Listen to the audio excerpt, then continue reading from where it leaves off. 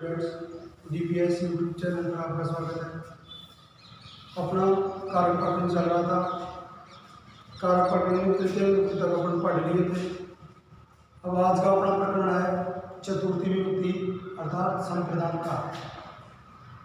संप्रदान कारक में सबसे पहला प्रश्न यही बनेगा कि संप्रदान कारक का लक्षण लिखो। संप्रदान कारक का लक्षण लिखो या संप्रदान कारक की परिभाषा बताओ।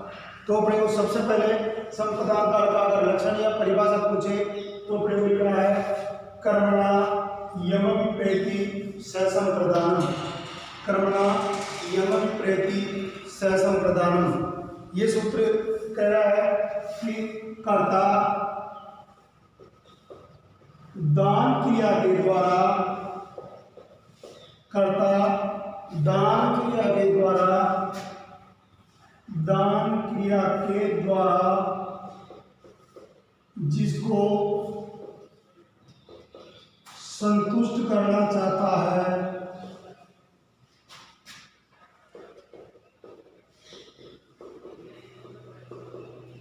उसकी संप्रदान संज्ञा होती है। संप्रदान संज्ञा होती है। कर्ता दान कर्म के द्वारा जिसको संतुष्ट करना चाहता है उसकी संप्रदान संज्ञा होती है। पहले सीधी सी बात, अगर जिसकी संप्रदान संज्ञा होगी तो संप्रदान में चतुर्थी विभक्ति होगी। एक सूत्र है चतुर्थी संप्रदान। सूत्र क्या है? चतुर्थी संप्रदान। ये सूत्र कहता है चतुर्थी संप्रदाने, संप्रदान में चतुर्थी विभक्ति हो। क्या कह रहा है? संप्रदान में चतुर्थी विभक्ति हो तो जिसकी संप्रदान संज्ञा होगी, जिसकी संप्रदान संज्ञा होगी उसमें चतुर्थी संप्रदान ये सूत्र है जो चतुर्थी विभक्ति कर देगा।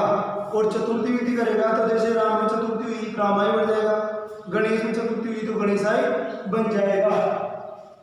तो अपना नियम का कर्ता दान क्रिया के द्वारा जिसको अत्यधिक संतुष्ट करना चाहता है, कर्ता दान क्रिया के द्वारा जिसको अत्यधिक संतुष्ट करना चाहता है या जिसको संतुष्ट करना चाहता है उस कारक की संप्रदान संज्ञा हो। जैसे अपने बात बताना है नृप निर्धनाधनम यच्छति। नृप निर्धनाधनम यच्छति, राजा निर्धन के लिए धन देता है। राजा किन के लिए देता है धन? निर्धन के लिए। तो संतुष्ट कौन होगा? दान लेने वाला, धन लेने वाला तो होगा, निर्धन ही तो होगा।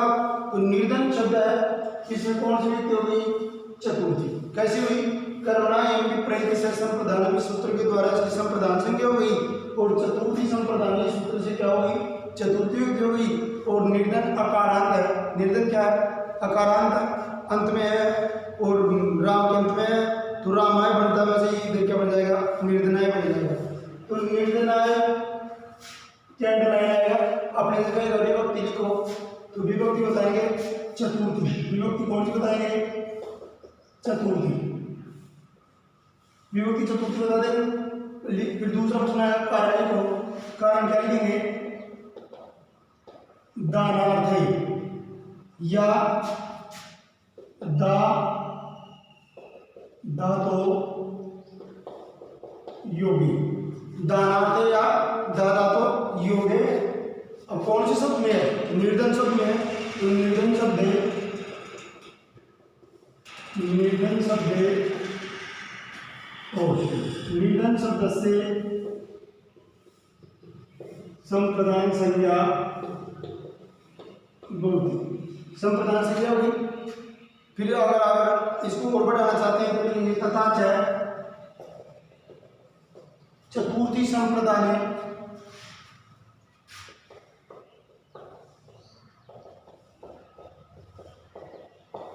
इति सूत्रे चतुर्थी विभक्ति भवति। इति सूत्रे चतुर्थी विभक्ति भवति। सीधी सी बात है। कारण करेंगे दानार्थे या दादातो योग। दानार्थे या दादातो योगी। ये यच नहीं यच, यच तो ये दादा तो वही आदेश हो जाता है, दादा तो वही यच आदेश हो जाता है। इसलिए दान देना, और अपने नियम क्या होगा, दान क्रिया के द्वारा कर्ता जिसको संतुष्ट करेगा उसकी संप्रदान संज्ञा होगी। तो इसे निर्धन शब्द क्या होगी, संप्रदान संज्ञा होगी। संप्रदान संज्ञा होगी तो चतुर्थी संप्रदान, ये सूत्र क्या कर देगा, चतुर्थी व्यक्ति कर देगा। चतुर्थी व्यक्ति करेगा तो रूप बन जाएगा विभास निर्धन। ऐसे ही राजा विप्राय गांव ददाती, राजा विप्राय गांव ददाती, विप्र का था ब्राह्मण, तो राजा ब्राह्मण को गाय देता है। राजा संतुष्ट किसको करना चाहता है, ब्राह्मण को, और गाय दे रहा है, दान क्रिया हुई, तो दान क्रिया के माध्यम से किसको संतुष्ट कर रहा है, विप्र को। तो विप्र शब्द में कौन सी विभक्ति हुई, चतुर्थी। विप्र में कौन सी हुई, चतुर्थी। प्रश्न आएगा अपने पास, रेखांकित पद में विभक्ति और कारण बताओ, तो अपन क्या बताएंगे, विभक्ति चतुर्थी। विभक्ति क्या बताएंगे, चतुर्थी। कारण क्या लिखेंगे, वो लिखेंगे दानार्थ या दादा तो होगे विप्र शब्द से संप्रदान संज्ञा होती, और चतुर्थी संप्रदान सूत्र चतुर्थी व्यक्ति बहुत।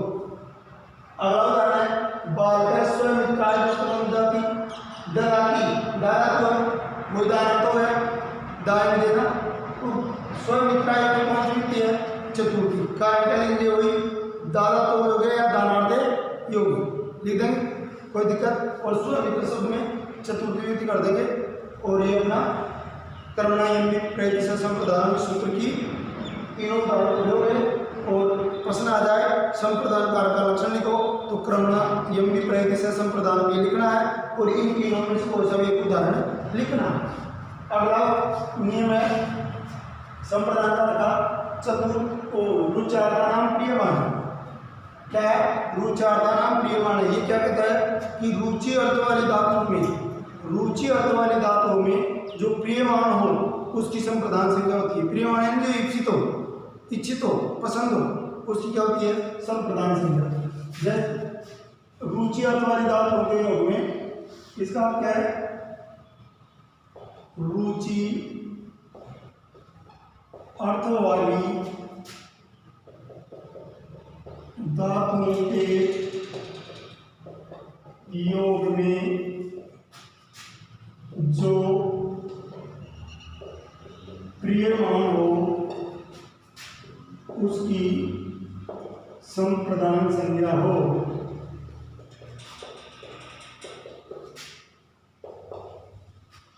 रुचि अर्थ वाली धातुओं के योग में जो प्रियमान हो उसकी संप्रदान संज्ञा।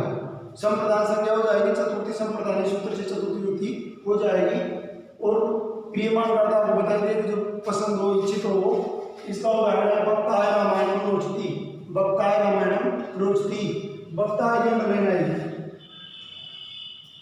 भक्ताय रामायणम रोचती, बालकाय मोदकानि रोचन्ते, गणेशाय दुग्धम स्वदते, गणेशाय दुग्धम स्वदते। तो मैंने क्या कहा, रुचि अर्थ वाली धातु के योग में जो प्रियमान हो उसकी संप्रदान संज्ञा। प्रियमान पसंद करने वाला, प्रियमान का मतलब क्या हुआ, पसंद करने वाला है। भक्त इधर कौन है, बालक इधर कौन है, गणेश। ये तो प्रियमान पसंद करने वाला, इच्छित करने वाला इनको। जैसे भक्त को क्या पसंद है, रामायण, रामायण ही पसंद है, महाभारत नहीं, तो इसलिए क्या हो गया, प्रियमान हो गया। बालक को मोदकानि लड्डू, लड्डू पसंद है, तो ये क्या हो गया, प्रियमान हो गया। गणेश को दूध अच्छा लगता है, तो दूध किसको अच्छा लगता है, गणेश को, तो गणेश क्या हो गया, प्रियमान हो गया। अब अपने पास प्रश्न कैसे आएगा, भक्त आएगा लाइन अपने जगह रेखांकित पद में विभक्ति लिखो, तो भक्त आएगा व्यक्ति चतुर्थी, कौन सी विभक्ति लिखेंगे, चतुर्थी। बोले कारण लिखो, कारण क्या लिखो, विभक्ति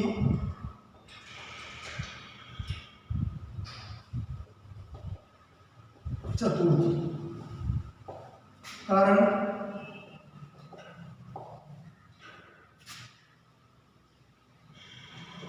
रुचि धातु योगे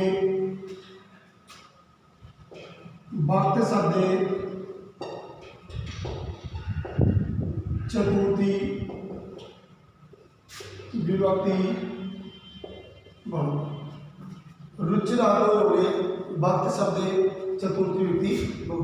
यह यूनिट तो रुचि धातु योगे भक्त शब्दे शब्द से संप्रदान संज्ञा होती और चतुर्थी संप्रदान के सूत्र चतुर्थी युक्ति होती।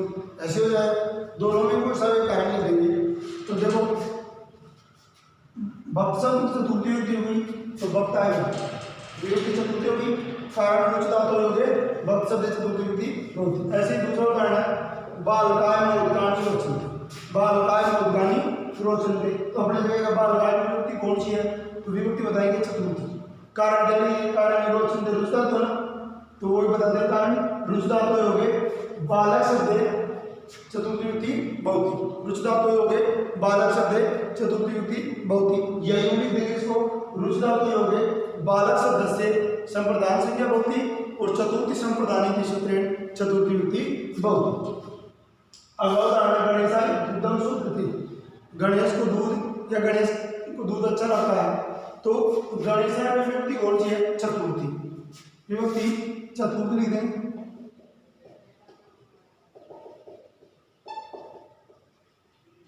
कारण कारण के लिए रुच्यर्थक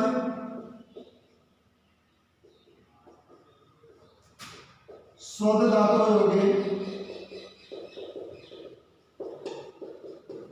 रुच्यर्थक स्वद धातु हो गए। गणेश शब्द चतुर्थी युक्ति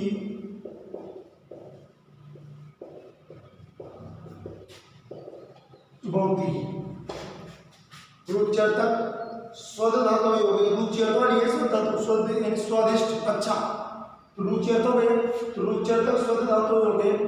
गणेश शब्द चतुर्थी युक्ति बहुती। ये तीनों उदाहरण है विभक्ति और कारण। अगर यूं पूछ ले गणेशाय दुग्धम स्वदत्ते विभक्ति लिखो तो विभक्ति अपन चतुर्थी लिख देंगे। सूत्र लिखो तो सूत्र लिखेंगे रुचार्धानाम पीयमाने, सूत्र कौन सा लिखेंगे रुचार्धानाम पीयमाने। अगला जो मोस्ट सूत्र है, मोस्ट है एक उदाहरण से अक्सर आता है नमः स्वस्ति स्वाहा स्वदा अलम वसड़ योगाच्य, नमः स्वस्ति स्वाहा स्वदा अलम वसड़ योगाच्य। ये क्या करता है नमः, नमः यानी नमस्कार, स्वस्ति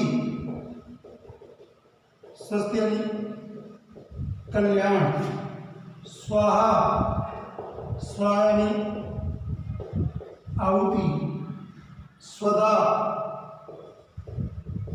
स्वदा यानी हवि का दान, वसंत वसंत वसंत यानी हवि का दान और अलम यानी पर्याप्त या समाप्त, पर्याप्त या समाप्त। नमः यानी नमस्कार, स्वस्थ यानी कल्याण, स्व यानी आहुति, स्वद यानी हवि का दान, वसद यानी हवि का दान और अलम का पर्याप्त या समाप्त। देखो इन सब दो के योग में से चतुर्थी युक्ति होती है, इन सब दो के योग में से चतुर्थी युक्ति होती है। नमः नमस्कार, सब समझ गए नमस्कार। दूसरा स्वस्थ यानी कल्याण, स्व है आहुति, ब्राह्मण यज्ञ वगैरह जो भी कराते हैं इसमें आहुति दिलवाते हैं वो। तीसरा है स्वदा हवि का दान, यज्ञ में जो आहुति देते हैं जैसे जो तिल चावल ये घी वगैरह जो भी डालते हैं यज्ञ में अग्नि के अंदर अग्निकुंड में, वो क्या होगी आहुति हवि का दान है। स्वदा और शब्द दोनों क्या हो गया हवि का दान और अलम का समर्थ या प्रिया। अलम का अगर निषेध हटा जाए तो कौन सी व्यक्ति होगी तृतीय व्यक्ति होगी। पीछे पढ़ लिया अपन अलम से अलम निवादे दो उदाहरण आए थे पीछे पढ़ी बात। तो अलम का अगर निषेध हटा जाए तो वह कौन सी व्यक्ति होगी वह तृतीय होगी और प्रिया के समर्थ आ जाए तो चतुर्थी होगी। अपने पास उदाहरण जैसे रामाय नमः, रामाय नमः या देवाय नमः, गणेशाय नमः, देवाय नमः, हरये नमः। ये तीनों उदाहरण देखो रामाय नमः, देवाय नमः, हरये नमः। नमः दिख रहा है देखो, नमः के और कौन सी होगी चतुर्थी होती होगी। रामाय में चतुर्थी है, देवाय में चतुर्थी है और हरये में भी चतुर्थी। तो विभक्ति तो कौन सी लिखेंगे, विभक्ति लिखेंगे चतुर्थी, विभक्ति कौन सी लिखेंगे चतुर्थी। कारण क्या लिखेंगे, देखो नम दिख रहा है तो नम पदस्य योगे किस पद में हो रहा है, राम शब्दे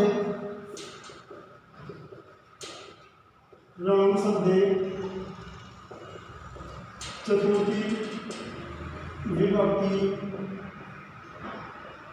बहुवचन। नमः पद के योग में राम शब्द में चतुर्थी विभक्ति होती है। सही, ऐसे ही देवाय नमः में राम की जगह देव शब्द कर देंगे, हराय नमः में राम की जगह ये शब्द कर देंगे।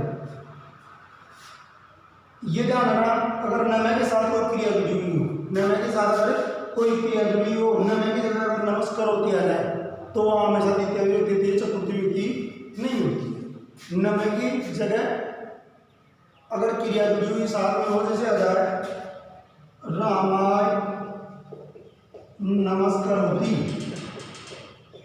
और शुद्धि संशोधन में आपसे कहे कि इसको शुद्ध करो, रामाय शब्द को शुद्ध करो, तो क्या ये शुद्ध है, ये शुद्ध नहीं है, क्योंकि नमः के साथ में अगर क्रिया जुड़ी हुई हो तो वह द्वितीय विभक्ति होती है। रामाय की जगह रामम बनेगा, क्या बनेगा, रामम बनेगा, इसकी जगह क्या बन जाएगा, राम। सही। इसका दूसरा उदाहरण है अपने पास स्वस्ति, गणेशाय स्वस्ति, गणेशाय स्वस्ति, इंद्राय स्वस्ति, कोई सा भी गणेशाय का डले जाएगा, विभक्ति वही बताएगा अपन चतुर्थी। कारण क्या लिखेंगे, नमः के स्वस्ति पद से योगे चतुर्थी विभक्ति बहुवचन। कारण क्या लिखेंगे, स्वस्ति पद से योगे चतुर्थी विभक्ति बहुवचन। जैसा कि नोट्स में भी डाला हुआ, नोट्स में भी देखना ही हुआ, उसमें भी मिलेगा आपको। अगला उदाहरण प्रजापते स्वाहा, प्रजापते स्वाहा, प्रजापते, देखो इसमें मूल शब्द है प्रजापति, मूल शब्द कौन सा है, प्रजापति। थोड़ी देर के लिए प्रजापति के अंत में क्या है, ई है, ई का अंत हो गया, कैसे चलेगा, हरि शब्द की तरह चलेगा। कैसे चलेगा, हरि शब्द की तरह चलेगा, तो हरि चतुर्थी का वचन क्या बनता है, हरे, तो यहाँ क्या बन गया, प्रजापति। एक तो ऐसे पहचान लिया। मान लो अपने को इसका पता नहीं है कि इसमें कौन सी विभक्ति है, शब्द अपने को याद नहीं है, तो अपन याद करेंगे स्वाहा। ये तो याद है, नमः स्वस्ति स्वाहा स्वधा वसुधि होगा, स्वाहा के योग कौन सी होती है, चतुर्थी। तो स्वाहा देते अपने विभक्ति कौन सी बताएंगे, चतुर्थी विभक्ति बताएंगे। कारण क्या लिखेंगे, स्वाहा पद से योगे प्रजापति शब्द चतुर्थी विभक्ति बहुवचन लिख देंगे। स्वाहा पद से योगे प्रजापति, अरे यही लिख देंगे, नमः की जगह स्वाहा लिख देंगे। ये लो स्वाहा पद से योगे, अब राम शब्द की जगह प्रजापति शब्द कर दो, प्रजापति शब्द चतुर्थी विभक्ति बहुवचन, कोई दिक्कत। अगला पितृभ्य स्वधा, पितृभ्य स्वधा, पितरों को स्वधा का कभी दिया, स्वधा स्वधा हवि का दान, पितरों को हवि का दान। तो पितृभ्य विभक्ति कौन सी होगी, विभक्ति वही होगी चतुर्थी। कारण कौन सा, कारण क्या लिखोगे, स्वधा पद से योगे, कारण क्या लिखोगे, स्वधा पद से योगे। ऐसे ही सूर्याय वसट, सूर्याय में कौन सी है, चतुर्थी है। कारण क्या लिखोगे, वसट पद से योगे, कारण क्या लिखेंगे, वसट पद से योगे या वसट शब्द से योगे। दैत्य हरिहरम, दैत्य राक्षसों को हरि प्रियार्थ समर्थ है, तो दैत्य विभक्ति कौन सी होगी, चतुर्थी। कारण अलम पद से योग, अलम का अगर पीछे रात आ जाएगा तो तृतीय हो जाएगी, पर्याप्त है, समर्थ है, तो यहाँ चतुर्थी विभक्ति। कारण क्या लिखेंगे, अलम शब्द से योगे चतुर्थी विभक्ति बहुवचन। किस शब्द में, दैत्य शब्द। हो गया। एक बार फिर से, नमः स्वस्ति स्वाहा स्वधा अलम वसट योगा से मोस्ट इंपोर्टेंट सूत्र है। नमः स्वस्ति स्वाहा स्वधा अलम और वसट, इनके योग में हमेशा चतुर्थी विभक्ति होती है। ये शब्द जहाँ भी दिखेंगे वहाँ चतुर्थी विभक्ति होगी। अगला नियम है क्रुद्ध ईर्ष्या असूयानाम यम प्रति कोपय, ईर्ष्या असूयानाम यम प्रति कोपय। ये क्या कहता है, क्रुद्ध, क्रोध यानी क्रोध करना, क्रोध यानी क्रोध, द्रोह है, द्रोह यानी द्रोह करना या विद्रोह करना। असूय, असूय निंदा करना, और क्रोध ईर्ष्या, ईर्ष्या ईर्ष्या करना, क्रोध क्रोध करना, द्रोह विद्रोह करना, द्रोह करना, लड़ाई झगड़ा करना, असूय निंदा करना, बुराई करना, ईर्ष्या ईर्ष्या करना, घृणा करना। ये सब क्या हुआ है? चार शब्द, चारों में कौन व्यक्ति होगी? चतुर्थी व्यक्ति होगी। ध्यान दो, एक उदाहरण है पिता, पिता पुत्राय क्रुद्ध, पिता पुत्राय क्रुद्ध। देखो पहले क्रुद्ध द्रोह ईर्ष्या स्वयं प्रतिकोप, ये सूत्र क्या कह रहा है कि क्रुद्ध द्रोह ईर्ष्या और असूय धातुओं के योग में जिसके प्रति क्रोध किया जाता है, इन चार धातुओं के योग में जिसके प्रति क्रोध किया जाता है उसकी संप्रदान संज्ञा हो, और संप्रदान संज्ञा होने के बाद चतुर्थी संप्रदान सूत्र से क्या हो जाएगा? चतुर्थी व्यक्ति हो जाएगी और रूप बन जाएगा पुत्राय। जैसे अपने बात उदाहरण पिता पुत्राय क्रुद्ध। ध्यान दो, पिता पुत्र के लिए क्रोध करता है, तो किसके प्रति क्रोध कर रहा है? पुत्र के प्रति। सूत्र में भी ये पढ़नी है पड़ा कि जिसके प्रति क्रोध किया जाता है उसमें चतुर्थी व्यक्ति होती है। तो देखो पुत्राय की व्यक्ति पढ़ेंगे चतुर्थ, कौन सी करेंगे? चतुर्थी कर दो। कारण क्या लिखेंगे? ये क्रुद्ध धातु दिख रही है अपने को, कौन सा दिख रही है? क्रुद्ध। तो कारण क्या लिखेंगे? क्रुद्ध धातु योगे, कारण क्या लिखोगे? क्रुद्ध धातु योग। दूसरा उदाहरण अपने पास किंकर नृपाय द्वियति, किंकर राजा से द्रोह करता है। तो देखो अंदर आई नृपाय शब्द और पढ़ेंगे विभक्ति लिखो, तो विभक्ति कौन सी बताएंगे? चतुर्थी।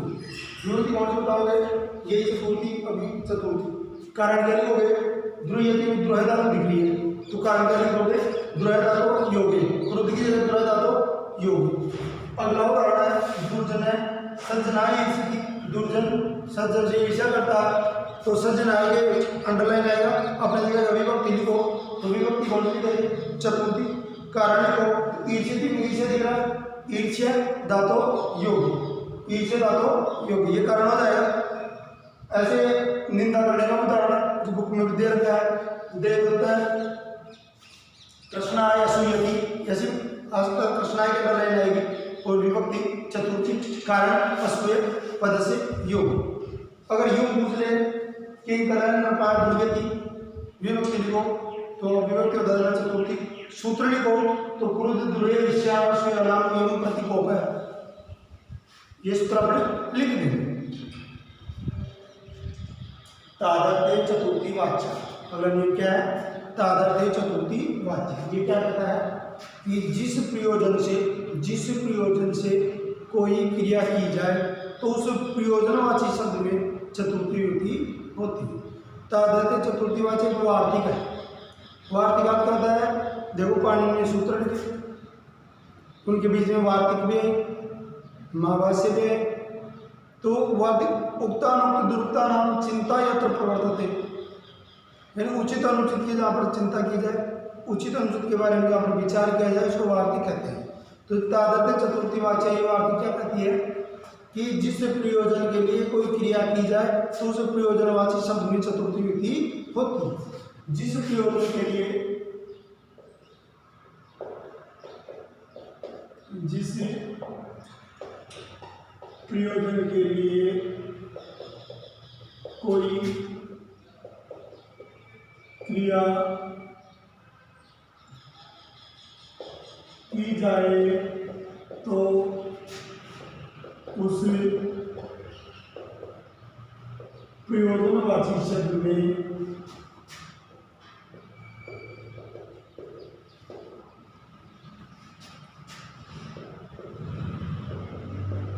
शब्द में चतुर्थी विभक्ति हो। जिस प्रयोजन के लिए कोई क्रिया की जाए तो उस प्रयोजनवाची शब्द में चतुर्थी विभक्ति हो। अपने पास स मोक्षाय भजती, वह मोक्ष के लिए अधिका भजन करता है। तो प्रयोजन क्या है, कारण क्या है, मोक्ष। मोक्ष को चाहता है इसलिए वो हरि का भजन करता है। तो अपने पास प्रश्न आएगा मोक्ष शब्द में विभक्ति कौन सी है, तो विभक्ति लिखेंगे पर चतुर्थी, विभक्ति कौन सी लिखेंगे, चतुर्थी। ठीक, फिर पूछेगा कारण को, तो कारण क्या लिखना है,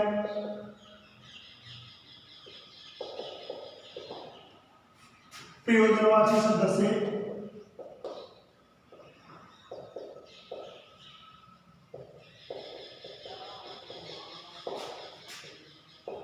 योगे, प्रयोजनवाची शब्द से योगे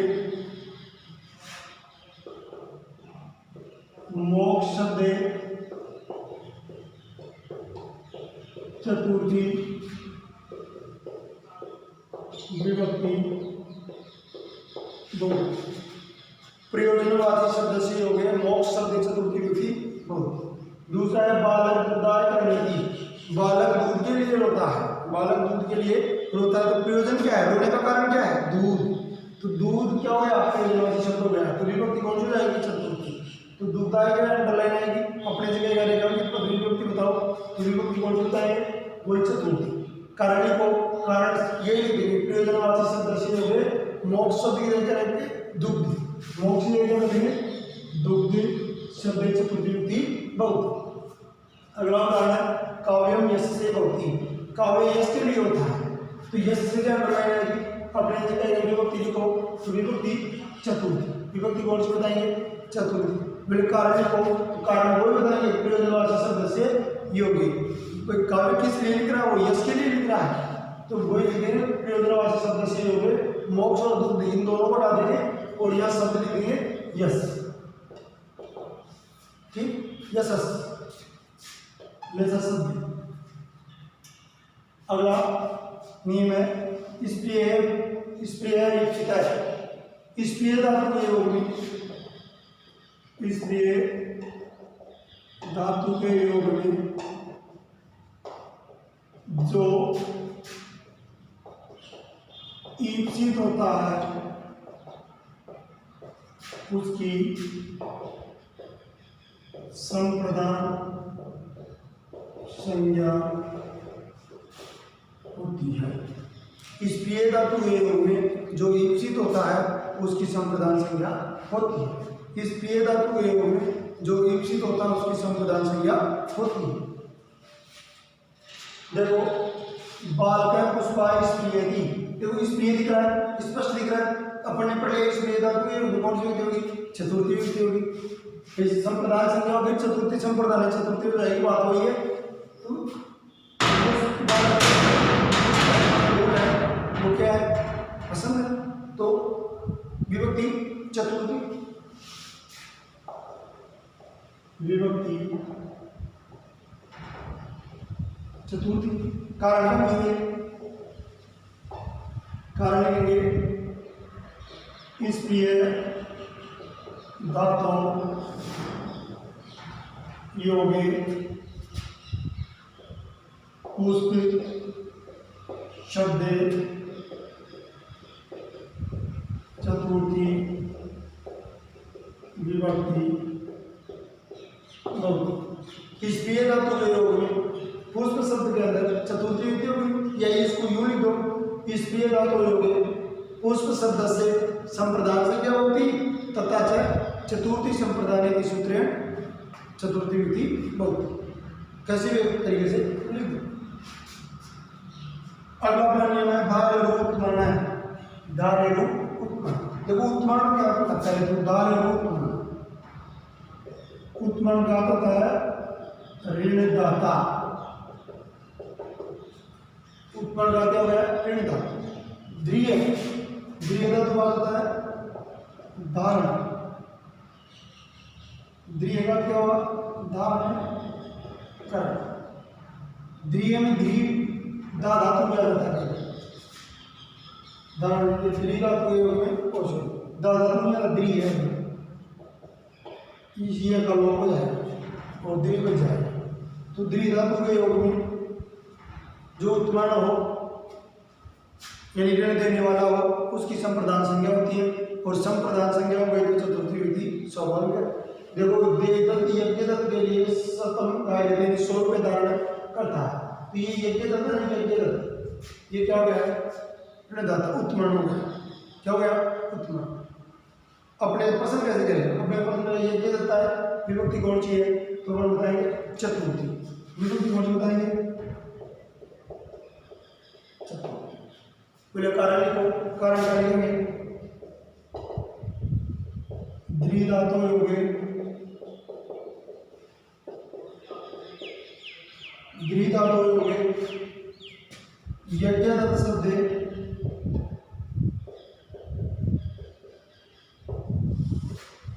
द्विधातु योगे यज्ञदत्त शब्दे चतुर्थी विभक्ति बहुवचन। द्विधातु योगे यज्ञदत्त शब्दे चतुर्थी विभक्ति बहुवचन। द्विधातु के योग में यज्ञदत्त शब्द में चतुर्थी विभक्ति होती है। चतुर्थी विभक्ति हो गई स्वाभाविक है, यज्ञदत्ता रूप बन गया। अगला कथय यानी कहना, निवेदे निवेदन करना, उपदेश देना। कथय कहना, निवेदन निवेदन करना, उपदेशन उपदेश देना। कथय निवेदे उपदेश, इन तीनों धातुओं के योग में भी हमेशा चतुर्थी विभक्ति होती है। उदाहरण राम है स्वमित्राय कथयति, राम है स्वमित्राय कथयति, राम अपने पुत्र के लिए कहता है कथयति, कथय दिख रहा, कथयति कथय दिख रहा है तो विभक्ति अपने पास स्वमित्राय का लेना है, स्वमित्राय का लेना है, अपने दूसरे को विभक्ति लिखो तो विभक्ति कौन सी बताएंगे चतुर्थी वही। कारण लिखो, कारण इसमें क्या करेंगे, कथय धातु योगे किस पद में है, स्वमित्र शब्द में, किसमें है स्वमित्र, तो स्वमित्र पदे मित्र शब्दे या पदे चतुर्थी विभक्ति बहुवचन।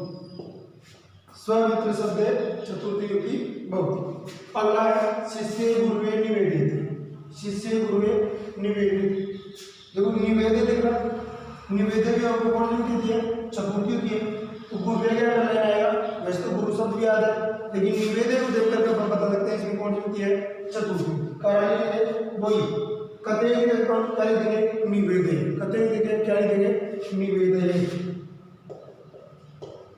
निवेदे धातु हो गए गुरु शब्द, स्वमित्र की जगह क्या कर देंगे गुरु शब्द चतुर्थी विभक्ति बहुवचन, स्वमित्र की जगह क्या कर देंगे गुरु शब्द में चतुर्थी विभक्ति बहुवचन। अगला उदाहरण गुरु शिष्याय उपदिशति, शिष्याय का डर लगाएगी और अपने से कहेगा विभक्ति लिखो, विभक्ति चतुर्थी। कारण उपदेश पद से या उपदेश धातु योग, निवेदे की क्या लिख देंगे उपदेश धातु योग। तो अपना नियम पर कहते हैं निवेदे उपदेश, इन तीनों शब्दों के योग में चतुर्थी विभक्ति होती है। प्रश्न सीधा पूछे ये संप्रदान कारक का लक्षण लिखो, तो अपने को शुरू में बताया था वही लिखना है, कर्मणा ये प्रेरित से संप्रदान, कि दान कर्म के द्वारा कर्ता जिसको संतुष्ट करना चाहता है उसकी संप्रदान संज्ञा होती है। ये लक्षण है, चाहे इसकी परिभाषा करना। उदाहरण देंगे कोई सा निर्णय विप्राय काम या निर्णय निर्दनाय धर्म बालकेश्वर मित्राय पुस्तकम ददाति, कोई सा एक उदाहरण लिख दें तो अपनी ये चतुर्थी विभक्ति पूरी हुई। अगले वीडियो में पंचमी विभक्ति अपादान कारक पढ़ेंगे, तब तक आप इस वीडियो को देखें और इनको अच्छी तरह याद करें। धन्यवाद।